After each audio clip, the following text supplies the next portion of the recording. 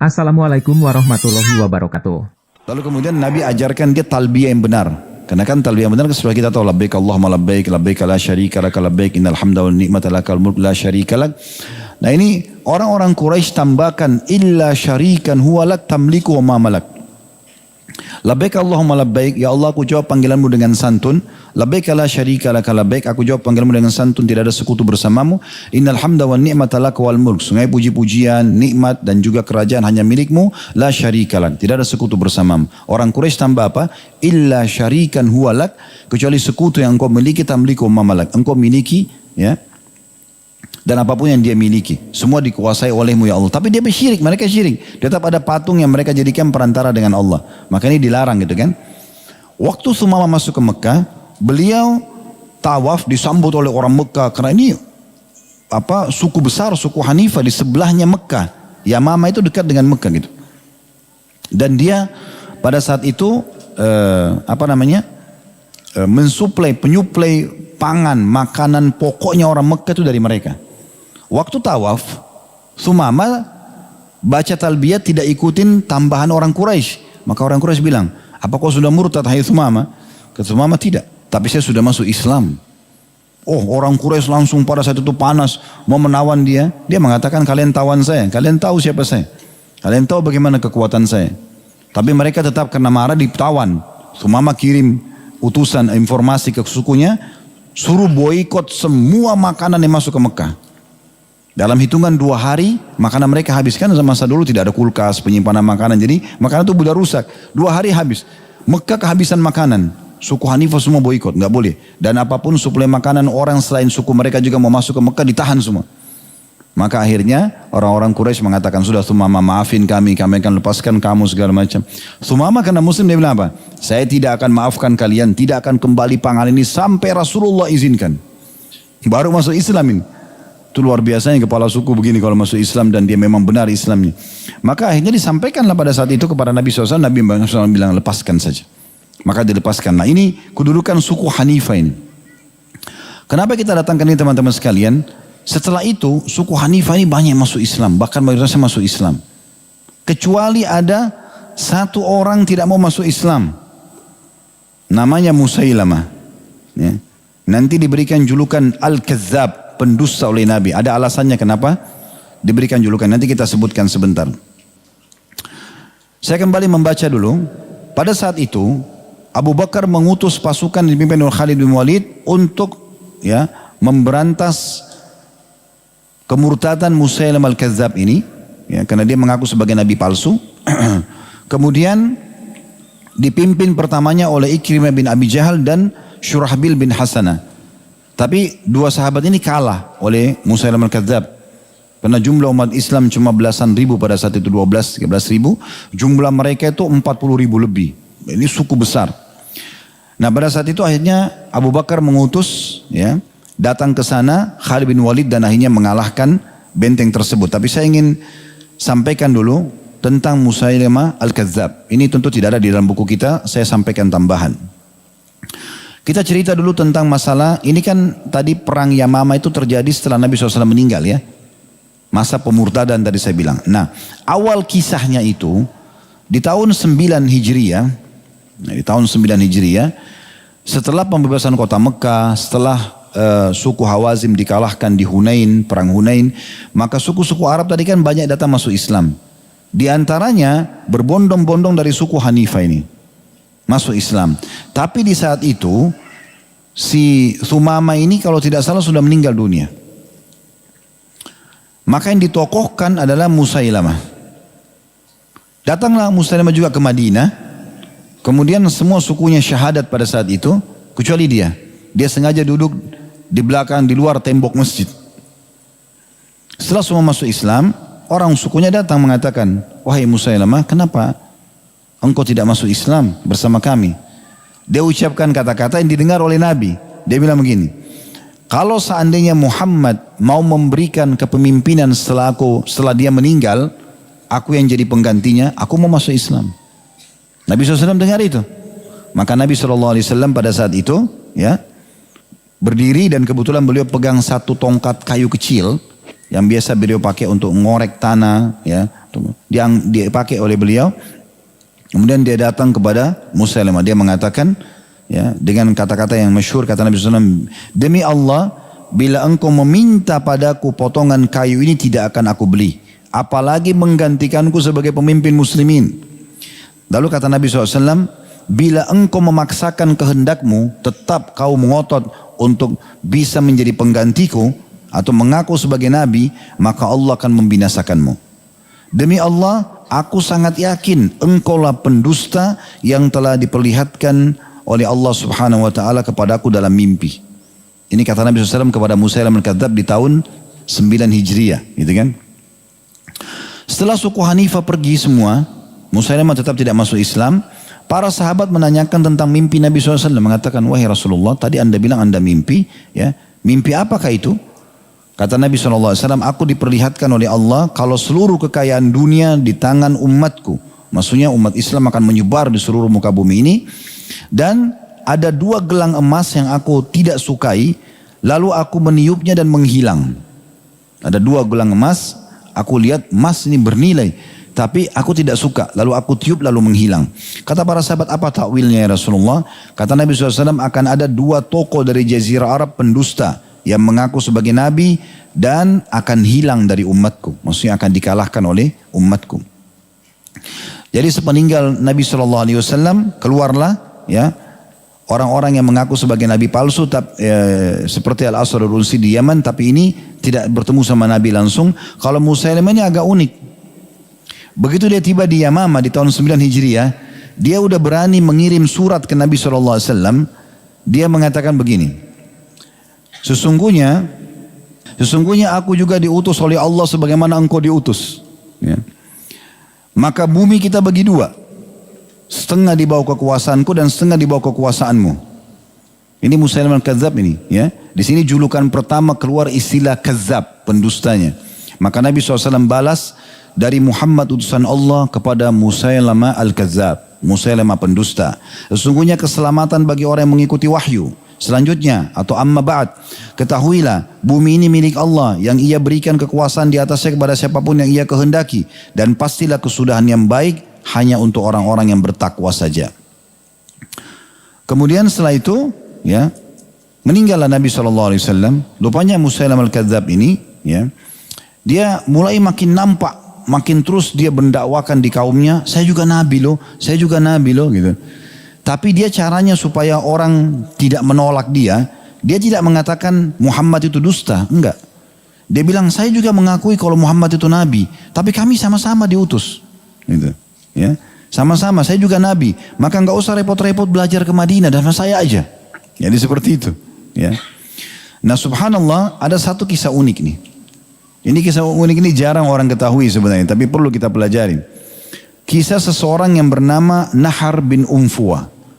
Ini orang masuk Islam, belajar Al-Quran sampai menghafalnya, dan belajar langsung dari sahabat Nabi Ubay bin Ka'ab. Yang Nabi SAW memang suruh sahabat belajar Quran dari Ubay bin Ka'ab radhiyallahu anhu. Dia menghafal banyak hadis Nabi SAW. Ini si Nahar ini, ya. Nahar itu sebenarnya nama yang masyhur, ya, di kalangan orang-orang Arab dipakai nama-nama ini. Tapi ini nama orang ini nama sahabat tadinya awalnya. Kemudian setelah itu ada riwayat Abu Hurairah berkata, pernah satu kali saya, Nahar ini dan satu orang Ansar. Waktu itu tiba-tiba Nabi SAW lewat di hadapan kami.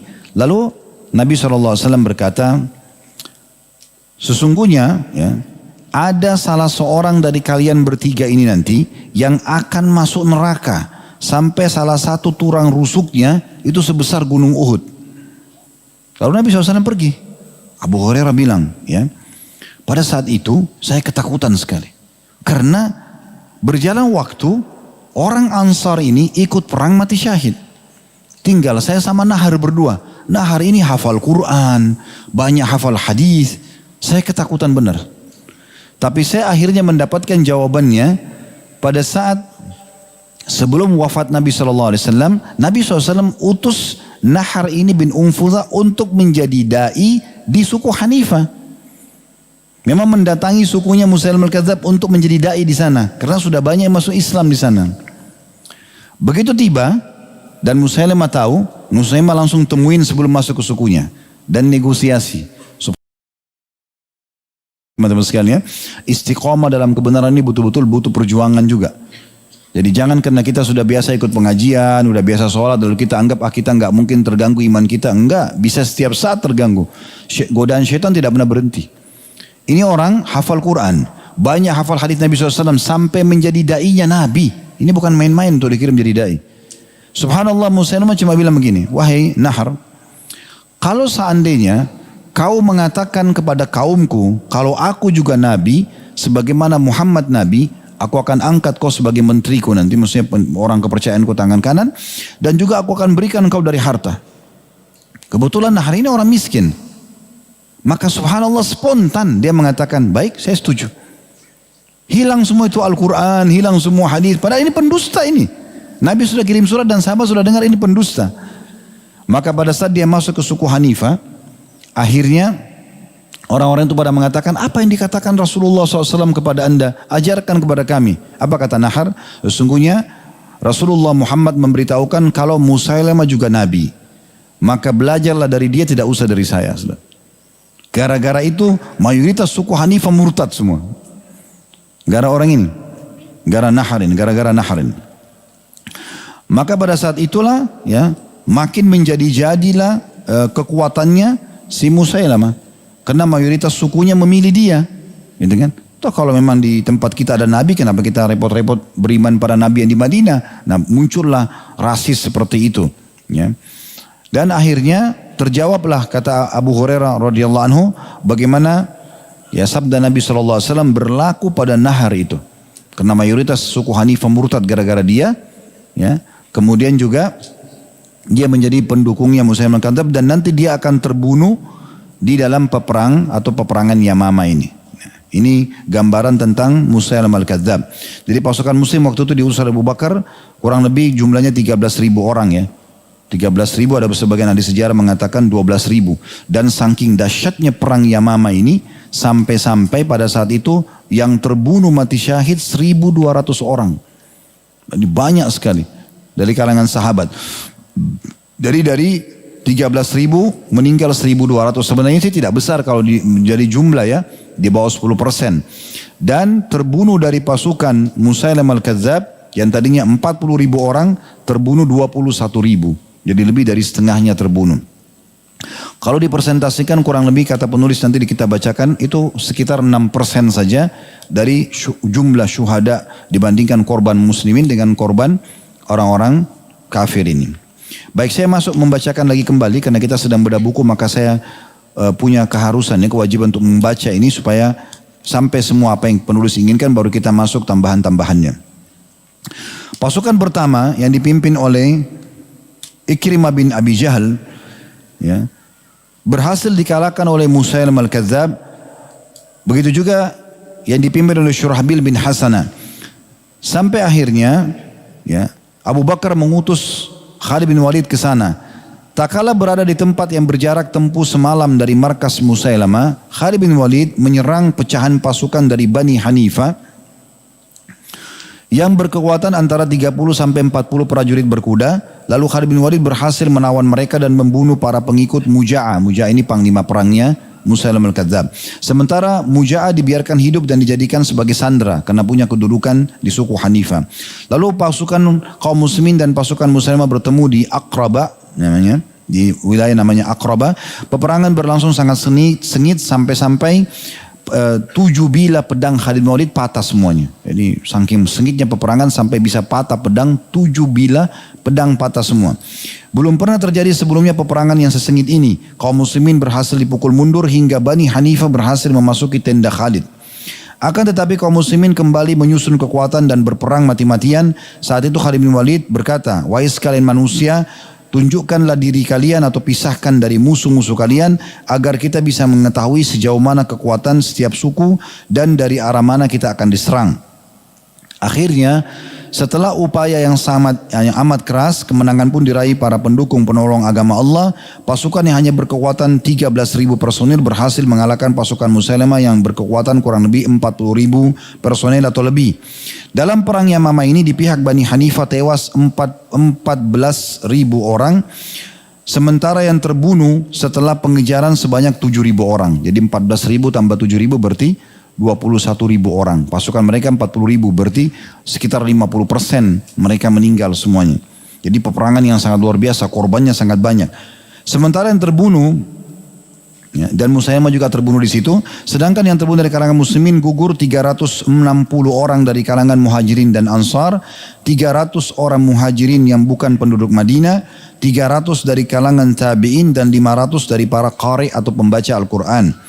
Dengan demikian total korban gugur dari pihak muslimin adalah 1.200 syahid.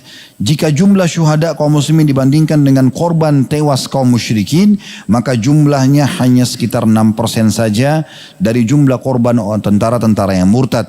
Dan ini tergolong sebagai kemenangan yang sangat gemilang. Akan tetapi itu semua seakan-akan begitu kecil dibandingkan aksi-aksi heroik langka yang diperagakan oleh Al-Bara ibn Malik. Nah sekarang kita setelah menceritakan panjang lebar siapa itu Musailamah Al-Kadzab, kapan dia dapat julukan tadi, bagaimana ceritanya dia murtad, bagaimana koalisi antara dia sama Nahar bin Unfuwa, kemudian sampai akhirnya terbentuk pasukan dan murtad suku Hanifah. Nah di sini mulailah diceritakan tentang kisah Al-Bara ibn Malik oleh penulis.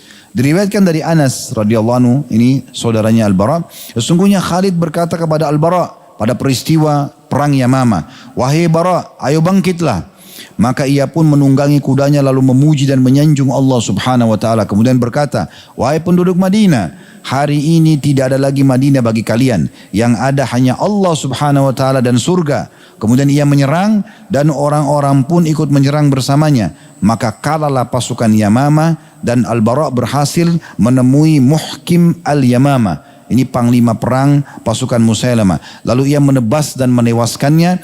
Kemudian Al-Bara mengambil pedang Muhkim Al-Yamamah lalu menebasnya lagi hingga pedang itu patah. Jadi Muhkim ini perlu kita punya gambaran, dia adalah panglima perang Musailamah yang memang dipilih. Orangnya sangat kekar, sangat terampil dalam berperang, tinggi besar, ya luar biasa gitu. Semua tubuhnya ditutup dengan besi dan memang dianggap mungkin tidak ada yang bisa mengalahkan dengan rasional manusia. Tapi di sini Khalid bin Walid lihat itu lalu mengatakan kepada Al-Bara, "Hai Al-Bara, ini tanganan, ini bagian kamu ini." Maka Al-Bara tanpa berpikir mau besar, mau kuat, mau panglima perang, gak penting bagi dia. Langsung tunggangi kudanya, bertakbir, memuji Allah, menyanjung Allah, kemudian memotivasi masyarakat Madinah, ayo tidak ada Madinah lagi, mati sekarang. Kemudian menyerang dan dia langsung menemui sendiri panglima perang tersebut. Dan dia tahu kelemahannya, prosesi cara perangnya itu diceritakan di riwayat yang setelahnya, dinukil dari Al-Baghawi. Jadi karena tinggi besar orang ini, maka dia tidak. Dan saking kuatnya Al-Bara tidak berhadapan sama dia dengan cara tangkis-tangkisan karena pasti lebih kuat. Maka Al-Bara menjengkelkan satu strategi, ini cuma satu kali serangan saja. Begitu orang ini Muhkim ini lihat Al-Bara berhadapan sama dia dan dia anggap remeh karena Al-Bara orangnya bukan tinggi besar, biasa aja gitu kan. Tadi sudah dikasih gambaran oleh penulis, mungkin kalau orang lihat di kancah peperangan orang anggap remeh dia gitu. Maka akhirnya langsung mau diserang, mau ditebas sama Muhkim. Al-Bara tidak buat apa-apa, cuman nunduk saja, artinya menjatuhkan dirinya supaya dia berada di belakang Al-Muhkim ini. Pada saat diserang dia menjatuhkan dirinya, menyeret dirinya sampai ke belakang, lalu dia menebas kedua kaki Muhkim ini sehingga putus kakinya, saking kerasnya tebasan putus, dan jatuhlah dia, kemudian dibunuh pakai pedangnya sendiri. Dan Al-Bara saking ingin menunjukkan kekuatan kaum muslimin, dia pada saat sudah menebas dengan pedangnya kedua kaki Muhkim ini, sudah jatuh dia, dan jatuhnya ke belakang, digambarkan dalam riwayat kepalanya duluan jatuh, belum mati karena baru kakinya putus. Lalu Al-Bara berdiri di atasnya, kemudian meletakkan pedangnya. Karena dia tahu orang ini sudah tidak bisa buat apa-apa. Diambil pedang dari tangannya, dia membunuhnya pakai pedang yang dia miliki. Dan saking kerasnya pukulannya sampai pedang itu patah. Jadi luar biasa gitu ya, bagaimana bisa digambarkan keadaan ini. Nah, itu disebutkan oleh Al-Baghawi, diriwayatkan dari Al-Bara, ia berkata, pada peristiwa pertempuran melawan Musailamah, aku bertemu dengan seorang laki-laki yang dikenal dengan sebutan tanda kutip sini keledai Yamamah. Ya, orang Arab ini kalau bilang keledai itu kecil tapi badannya kuat, bukan kecilnya, badannya kuat, tahan kalau jalan jauh, gitu kan. Dan juga orangnya tidak peduli, keledai itu tidak peduli. Ya. Kita mau apapun di sekitarnya dia tidak pernah takut, dia tetap diam aja gitu. Keledai itu beda dengan kuda, kita kaget mungkin lari, kalau keledai beda gitu. Maka diberikan julukan keledai. Ia seorang laki-laki yang bertubuh besar, di tangannya terdapat pedang berwarna putih. Lalu aku menebas kedua kakinya seakan aku meleset, melewatin tadi saya gambarkan ya. Lalu terputuslah dari bawahnya, lalu tersungkur dengan bagian belakang kepalanya terlebih dahulu. Jadi dia jatuh gitu. Segera aku mengambil pedangnya, sementara pedangku aku sarungkan kembali. Jadi memang untuk menunjukkan kekuatan umat Islam di situ ya. Dan tidak laku ya, membabat orang itu dengan pedangnya sendiri satu kali tebasan hingga patahlah pedang tersebut. Ini dinukil dalam di situ ada footnote-nya nomor 10 dalam kitab Al-Isabah karya Ibnu Hajar. Jadi 1 halaman 414. Kemudian penutupan dari kisah Yamama ini adalah ada subjudul namanya kebun kematian. Jadi pada saat terbunuh ya Muhkim ini, Musailamah masih berada dalam sebuah kebun kurma yang sangat besar dan pasukannya sudah terpukul mundur. Berkumpullah di sana banyak sekali pasukan yang coba membela Musailamah ini. Dinukil oleh penulis ini, diriwayatkan dari Ibnu Ishaq, dia berkata, kaum muslimin menyerbu pertahanan kaum musyrikin hingga memaksa mereka lari ke sebuah kebun. Disitulah berada musuh Allah Musailamah. Maka berkatalah Al-Bara, wahai kaum muslimin, lemparkan aku kepada mereka. Lalu ia pun diangkat hingga bila mana telah berhasil menaiki dinding, ia menerobos masuk lalu berperang dengan mereka dalam kebun tersebut. Tapi memang di sini Al-Bara sendirian, dilempar masuk dalam kebun itu untuk membuka pintu gerbangnya. Hingga ia berhasil membuka pintu gerbangnya untuk kaum muslimin. Maka kaum muslimin masuk menyerang mereka dan Allah membinasakan Musailamah. Jadi sebenarnya kiprah Al-Bara di sini adalah dialah yang menjadi penyebab utama Musailamah berhasil dijangkau dan akhirnya terbunuh dan habislah fitnah Nabi palsu ini. Karena kalau tidak terbunuh Musailamah maka pasti akan ada syariatnya juga Musailamah.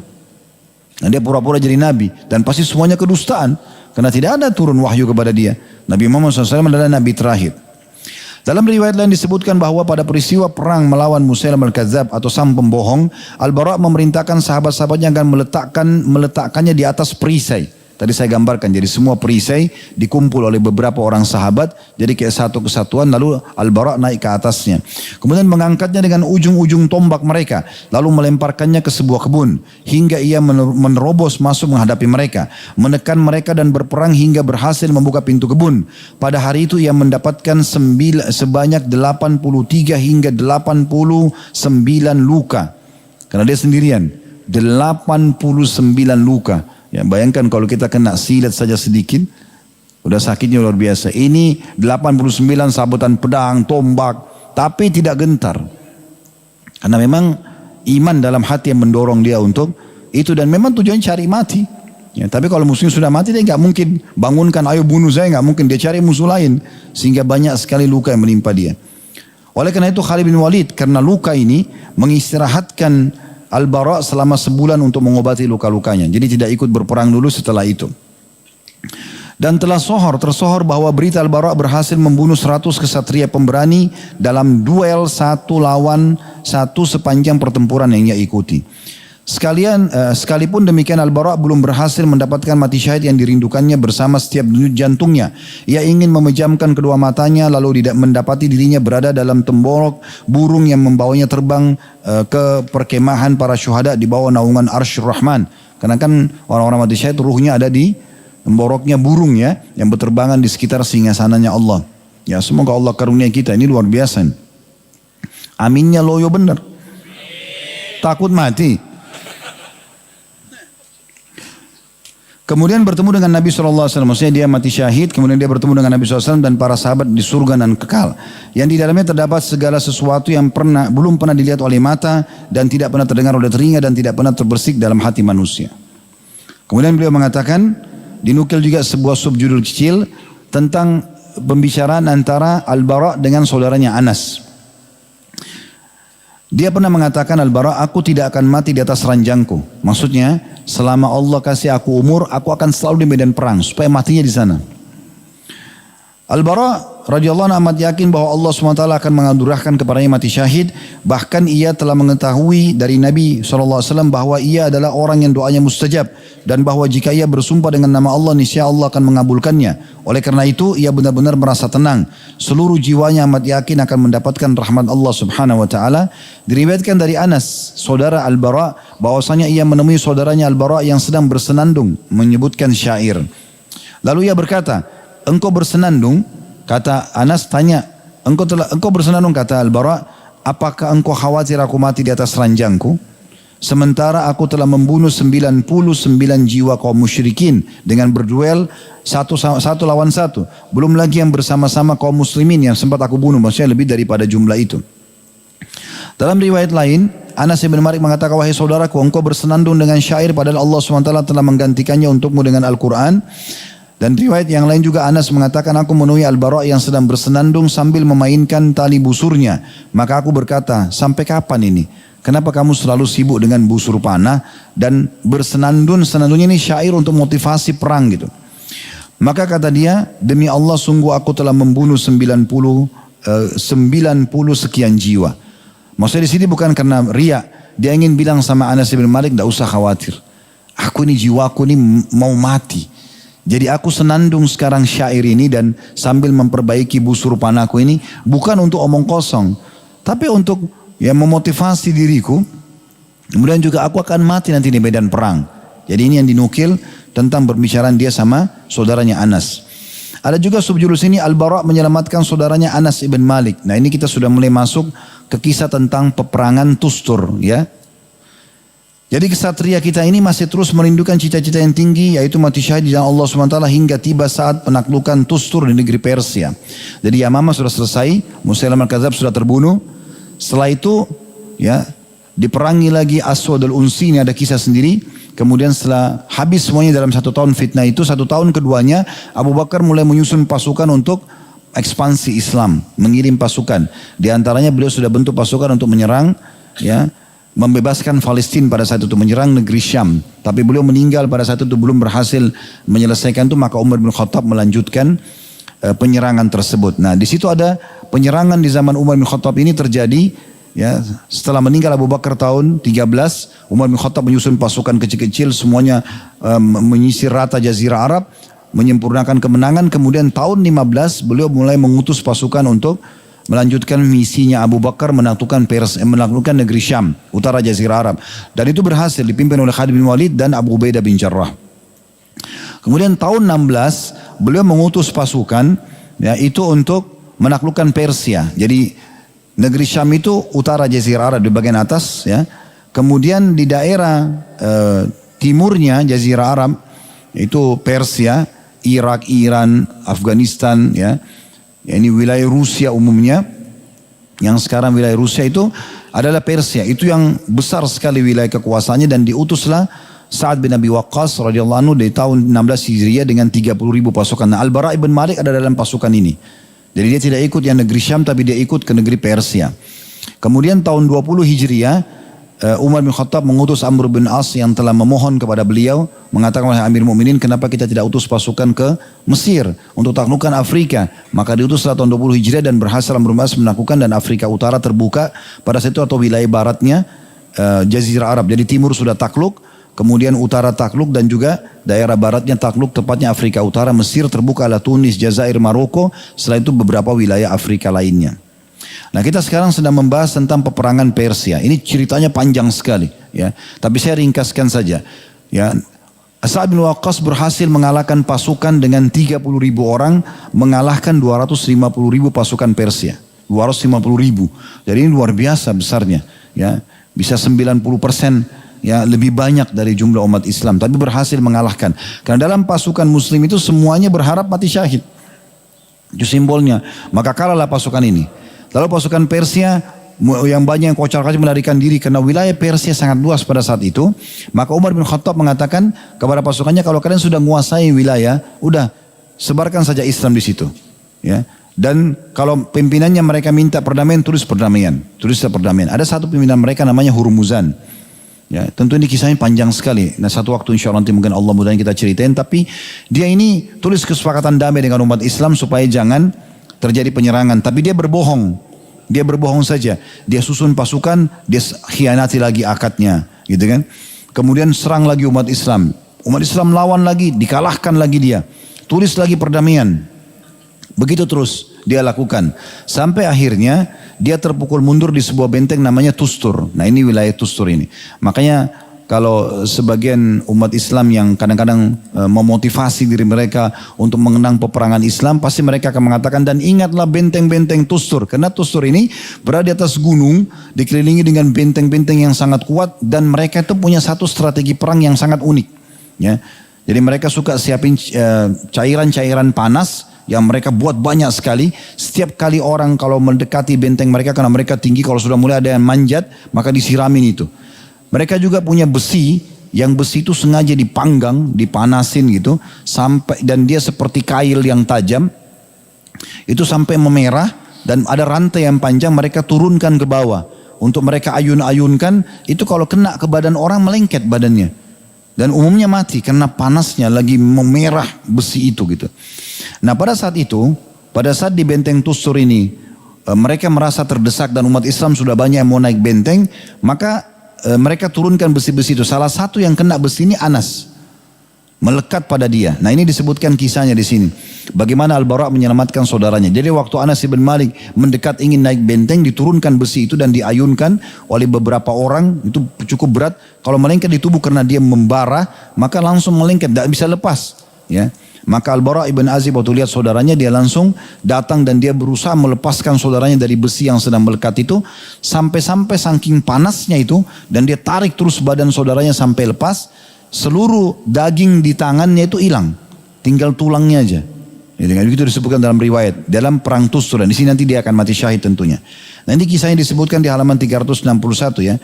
Kesatria kita ini masih terus merindukan cita-cita yang tinggi, yaitu mati syahid di jalan Allah, hingga tiba saat penaklukan Tustur di negeri Persia. Bangsa Persia telah bertahan di salah satu benteng yang dilapisi batu pualam. Lalu kaum muslimin mengepung dan memblokir mereka ibarat gelang yang mengelilingi pergelangan tangan. Tak kala pengepungan sudah semakin lama dan tekanan semakin berat dirasakan oleh bangsa Persia, mereka mulai mengulurkan dari atas dinding benteng rantai-rantai besi yang digantungkan di ujungnya besi berujung bengkok, atau dalam kurung seperti pancing, terbuat dari baja yang dipanggang dengan api hingga menjadi lebih panas dari bara api.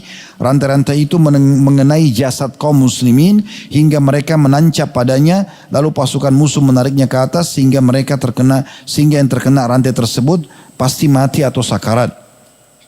Salah satu besi berujung bengkok ini berhasil mengait Anas bin Malik, saudara Al-Bara' ibn Malik. Segitu Al-Bara' melihatnya, ia langsung melompat ke dinding benteng itu dan memegang rantai itu dan membawa saudaranya. Lalu mulai membuka besi berujung bengkok itu itu untuk mengeluarkannya dari jasad Anas. Hal itu membuat tangannya hangus dan berasap, namun ia tidak mempedulikannya hingga berhasil menyelamatkan saudaranya. Lalu ia menjatuhkan diri ke tanah setelah tangannya hanya tinggal tulang saja, tidak berdaging. Baik, sebagai penutupnya sekarang, Al-Bara' bersumpah dengan nama Robnya, lalu dia dikaruniakan atau Allah mengaruniakannya gugur sebagai syahid. Di samping Al-Bara' ibn Malik merupakan ahli kuda yang tidak diragukan lagi kepiawaiannya, ia juga merupakan orang yang bertakwa, pemilik hati yang bersih dan perasaan yang bening, serta tidak pernah doanya ditolak oleh Allah Subhanahu wa taala. Cita-cita terbesarnya adalah ingin bertemu dengan Allah SWT dalam keadaan gugur sebagai syahid, karena ia tahu apa yang disiapkan oleh Allah SWT bagi para syuhada. Di antaranya firman Allah SWT surah Al-Imran ayat 169, bal ahya'un rabbihim yurzaqun. Orang-orang mati syahid itu mereka hidup di sisi Tuhan mereka dan diberikan rezeki. Jadi alangkah indahnya hidup di sisi Sang Raja yang maha berkuasa. Alangkah tingginya kedudukan yang tidak dapat ditakar itu.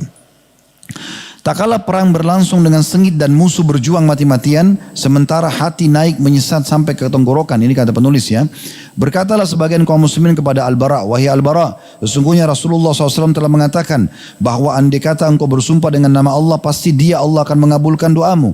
Lalu ia pun bersumpah dengan nama Allah seraya berucap, aku bersumpah dengan namamu ya Rabbi, bahwa engkau akan memberikan kepada kami bahu-bahu mereka. Maksudnya engkau akan membuat mereka menjadi tawanan kami dan kami menang. Kemudian kedua pasukan bertemu di terowongan As-Sus namanya. Lalu musuh berhasil memukul mundur kaum muslimin. Maka berkata lagi kaum muslimin, wahai Al-Bara, bersumpahlah lagi dengan nama Rabbmu. Lalu ia pun mengatakan, aku bersumpah dengan namamu ya Rabb, bahwa engkau akan memberikan kepada kami bahu-bahu mereka. Tapi di sini dia tambahkan dengan doa dia, dan mempertemukanku dengan Nabiku Muhammad SAW, maksudnya matikan aku syahid. Maka mereka pun diberikan bahu-bahu musuh mereka, dan akhirnya Al-Bara pun mati syahid. Nah, ini akhir daripada kisah kaum muslimin mengalahkan pada saat itu terakhir kekuatan Persia, dikenal dengan benteng Tustur. Sebagaimana saya katakan tadi cukup panjang ya kisahnya tentang masalah itu. Dan juga ada kisah tentang Hurmuzan ini ya, pemimpin yang berkhianat ini. Setelah takluk dan terbunuh Al-Bara ibn Azib, maka Hurmuzan tertawan, benteng mereka dikuasai, dan akhirnya pada saat itu Hurmuzan dibawa ke Madinah. Dan terjadilah kisah panjang, saya ringkaskan. Waktu itu Umar bin Khattab lagi istirahat di samping masjid ya, dan dia cuma tidur di atas sebuah sehelai kain atau ada kayu tongkat yang dia pakai radhiyallahu anhu. Maka sampailah pada saat itu di Madinah ditawan Hurmuzan ini karena dia berapa kali berkhianat dan akhirnya dikalahkan oleh muslimin. Pada saat itu disuruh dia oleh beberapa sahabat ya, diantaranya Anas bin Malik sendiri, karena Al-Bara sudah wafat, Anas bin Malik saudaranya berhasil masih hidup, kemudian mengatakan pakailah bajumu, disuruh pakai baju kebesarannya. Bagaimana dia di Persia, dipakailah baju kebesarannya itu, kemudian dihadapkan kepada Umar. Mereka cari-cari Umar nggak ada. Maka ada satu anak kecil datang mengatakan, apakah kalian cari Amir Mukminin? Kata mereka iya, kata pasukan muslim ini. Kata anak kecil ini, Amir Mukminin sedang tidur di sebelah masjid, di luar masjid, bukan di masjid, di luar masjid, dengan bersandarkan tongkat beliau gitu. Maka mendekatlah semua muslimin, tapi karena lihat Umar tidur mereka semua diam. Hanya karena ributnya anak-anak, Umar bin Khattab tidak tahu waktu itu. Karena ributnya suara anak-anak, akhirnya Umar jadi kaget. Gitu. Maka Umar mengatakan, ada apa? Kata mereka, wahai Rasulullah, inilah Hurmuzan, sang pengkhianat. Maka Umar tiba-tiba marah pada saat itu. Lalu mengatakan, apa yang membuatmu berkhianat sekian kali? Buat perdamaian tapi pura-pura. Gitu kan? Dia mengatakan, saya tidak akan menjawab apa-apa sampai ya saya diberikan air minum. Kata Umar, berikan dia air minum. Dan jangan bunuh dia, jangan hukum mati dia kalau dia dalam keadaan haus. Ya. Maka dikasihlah air. Lalu kemudian tangannya gemetar. Kemudian pada saat itu Umar mengatakan, ada apa denganmu? Dia mengatakan, saya takut anda bunuh saya sebelum saya minum air ini. Kata Umar, tidak. Kau aman sampai kau minum air ini. Perhatikan ya. Rupanya Hurmuzan ini tahu benar umat Islam itu akan selalu berpegang pada akad mereka. Apa yang sudah diucapkan itu pasti komitmen dipegang. Kecuali maksiat akan ditinggalkan. Waktu Umar bilang, kau akan aman sampai kau minum air ini. Maka Hurmuzan tuang air itu. Dia enggak minum. Kata Umar, datangkan air lagi buat dia. Supaya dia tidak haus. Dia bilang, saya tidak mau minum. Tadi saya ambil air itu hanya untuk supaya dapat jaminan saya tidak dibunuh. Kata Umar, kau telah berdusta, saya akan membunuhmu. Gitu kan? Kata dia, tapi anda menjamin saya tidak dibunuh sampai minum air. Air ini saya tidak minum. Dan tidak mungkin diambil, sudah di tanah. Maka kata Umar, saya akan membunuhmu. Kata Anas bin Malik, ya Amir Mukminin. Dia benar. Ini bayangkan Anas bin Malik ini pasukan biasa muslim. Tapi dia mengatakan pada raja muslim. Ya Amir Mukminin, dia benar. Kata Anas, anda memberikan jaminan. Kata Umar, bagaimana saya bisa kasih jaminan pembunuh saudaramu Al-Bara? Al-Bara mati kan? Di pasukannya dia. Kata dia, anda berkata Amir Mukminin bahwasanya engkau aman sampai kau minum air itu, dan dia tidak minum airnya. Gitu kan? Maka kata Umar, sungguh kau telah berdusta dan berkhianat berulang-ulang kali. Maka waktu itu Umar berniat untuk suruh membunuh, lalu dia syahadat. Asyhadu an la ilaha illallah wa anna muhammadar rasulullah.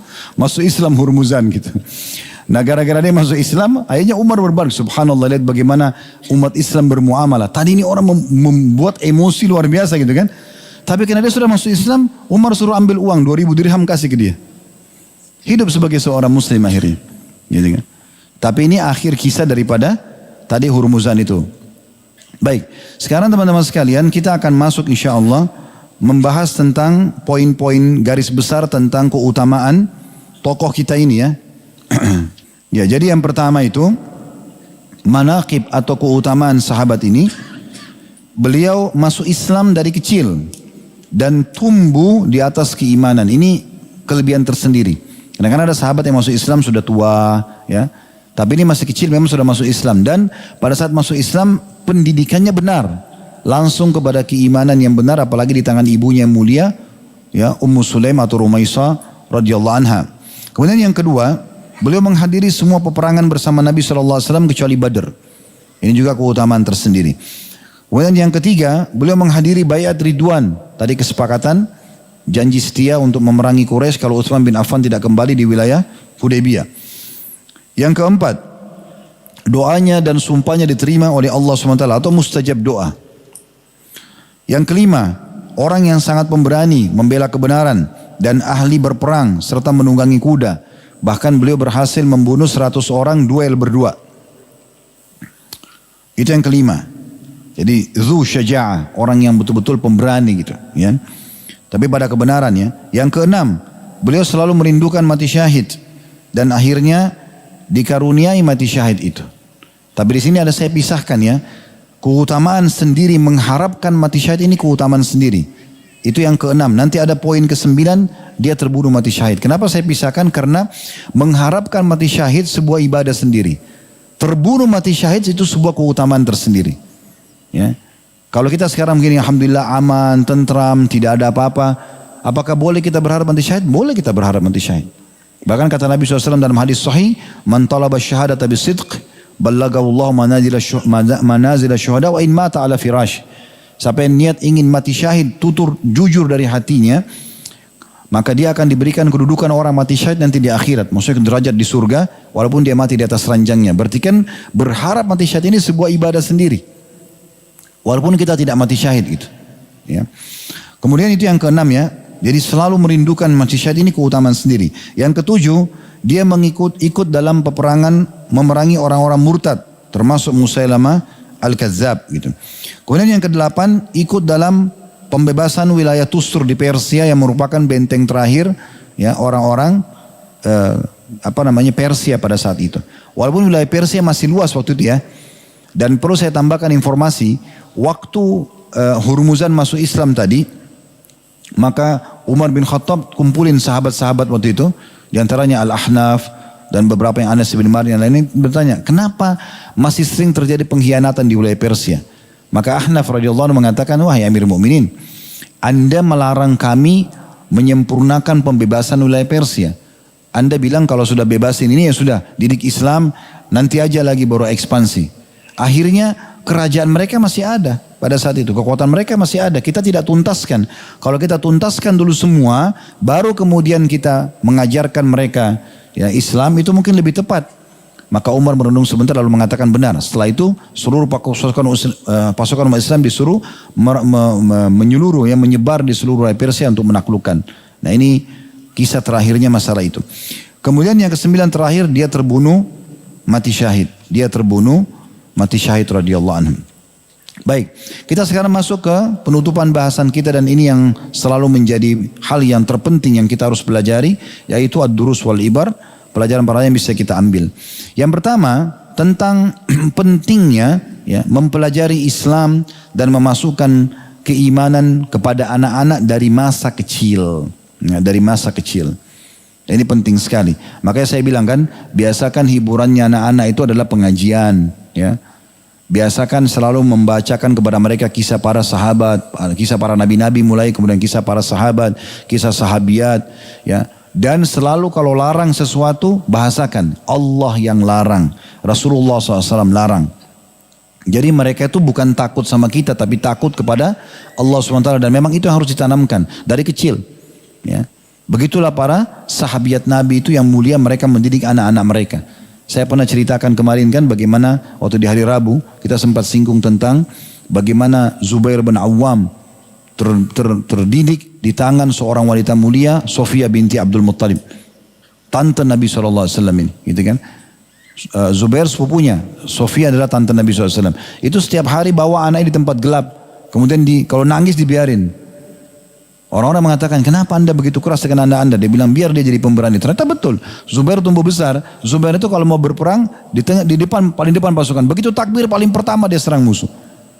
Mau mati, mau luka, tidak pusing. Yang penting dia pergi sana, kemudian dia keluar kembali ke pasukan muslim dengan membawa ganima. Ada juga korbannya dia. Ya, dan itu luar biasa, karena dilatih keberanian. Nah, ini pendidikan Islam dari kecil mesti ditanamkan. Nah, ini pelajaran pertama. Ada ayat surah At-Tahrim dalam penjelasan poin ini, surah nomor 66 ayat 6 yang sudah masyhur, ya ayyuhalladzina amanu qu anfusakum wa ahlikum nara. Al-ayat artinya, hai orang beriman, selamatkan diri kalian dan keluarga kalian dari api neraka. Ibnu Katsir berkata dalam tafsir Quran Al-Azim beliau, beritahukanlah adab agama dan ajarkan keluargamu sejak dini, sejak kecil. Biasakan pakai busana muslim dan muslimah dari kecil. Biasakan pergi ke masjid dari kecil. Biasakan sudah tahu hukum halal haram dari kecil. Bukan karena mereka belum balik, oh belum wajib. Enggak, sampaikan dari sekarang. Supaya mereka pada saat balik nanti sudah tahu dan sudah siap. Gitu. Dan Nabi SAW mengingatkan dalam hadis yang masyhur riwayat Bukhari Muslim, muru auladakum bis salah wa hum abna'u sab'i sinin. Perintahkan anak kalian salat di umur 7 tahun. Wadribuhum 'alaiha wa hum abna'u 10 sinin. Dan pukul mereka kalau tidak mau salat di umur 10 tahun. Wa farriqu bainahum fil madaji', dan pisahkan mereka dari ranjang. Maaf, ini hadis riwayat Abu Daud ya, bukan Bukhari Muslim tapi Abu Daud. Jadi di sini kalau sudah 10 tahun pun harus dipisah ranjangnya, ya. Supaya mereka sendiri tidak terjadi pelencengan atau kesalahannya, pelecehan seksual misalnya. Kemudian dalam hadis Bukhari Muslim juga kata Nabi SAW waktu duduk sama anak istrinya. Salah satu istri Nabi namanya Ummu Salamah, karena anaknya namanya Salamah. Nah Salamah ini tinggal di rumah Nabi SAW. Karena kan Nabi nikah sama ibunya, anaknya ikut. Maka Nabi SAW pernah makan sambil mengatakan, ya gulam, samillah. Waktu dihidangkan makan, Nabi SAW ajarkan dari kecil. Wahai anak kecil, baca bismillah. Wa qul biyaminik. Makan dengan tangan kananmu. Wa qul mimma yalik. Dan makan apa yang ada di hadapanmu. Sudah diajarin adab-adab dari kecil tentang masalah itu. Para sahabat Nabi Ridwanullah alaihim mengajarkan dan membiasakan anak mereka, misalnya contoh puasa Ramadan sebulan penuh. Walaupun masih kecil, dibiasakan mereka puasa. Dan kalau mereka sudah mulai menangis, mulai lapar, diberikan mainan agar sibuk. Dan ini yang pernah saya bilang ya, di Indonesia ada satu tradisi kita harus hilangkan ini. Ya, mengajar anak kita puasa setengah hari. Gak ada puasa setengah hari. Ajarkan 1 hari puasa. Seperti orang dewasa. Kalau sudah tidak tahan, dan betul-betul sudah tidak bisa, dia lemas, kita batalkan puasa dia. Tapi kita sampaikan, nah puasanya batal ya. Begitu, supaya dia faham, oh dengan dia makan batal puasanya. Tapi syarat untuk puasa diterima harus full. Nah harus begitu pemahaman. Ini turun-temurun ini. Tidak apa-apa nak puasa setengah hari saja. Dari mana syariatnya? Buku kitab fikih mana yang jelaskan puasa setengah hari ini? Gitu kan? Gak ada sama sekali. Apalagi kalau yang besar mau ikut-ikutan puasa setengah hari ini. Nah. Kemudian dalam kutub, dalam satu buku namanya Mausu' al-Fiqhiyah, dia jilid 13 halaman 11 disebutkan, orang tua anak hendaknya mengajarkan sejak dini hal-hal yang dibutuhkan oleh anak tersebut, ya, yang nanti dia butuhkan setelah ia balik atau ketika ia balik. Jadi bukan nanti balik lalu ditumpukin semua, tapi sudah dibiasakan sholat, puasa, zikir dari kecil. Sehingga itu jadi pola bagi mereka. Hendaklah anak sudah diajarkan akidah yang benar mengenai iman kepada Allah, malaikat, Al-Quran, Rasul, dan hari akhir. Semua jenis ibadah dipandukan dengan benar. Dari sholat, tohara, puasa, dan lain-lainnya. Al-Hasan Basri rahimahullah berkata, laisa syai'un aqarru li'ainil mu'min min an yara zawjatahu wa awladahu muti'ina lillahi azza wa jalla. Ketahuilah tidak ada sesuatu yang lebih menyejukkan mata seorang mukmin dibandingkan dia melihat istri dan keturunannya taat kepada Allah azza wa jalla.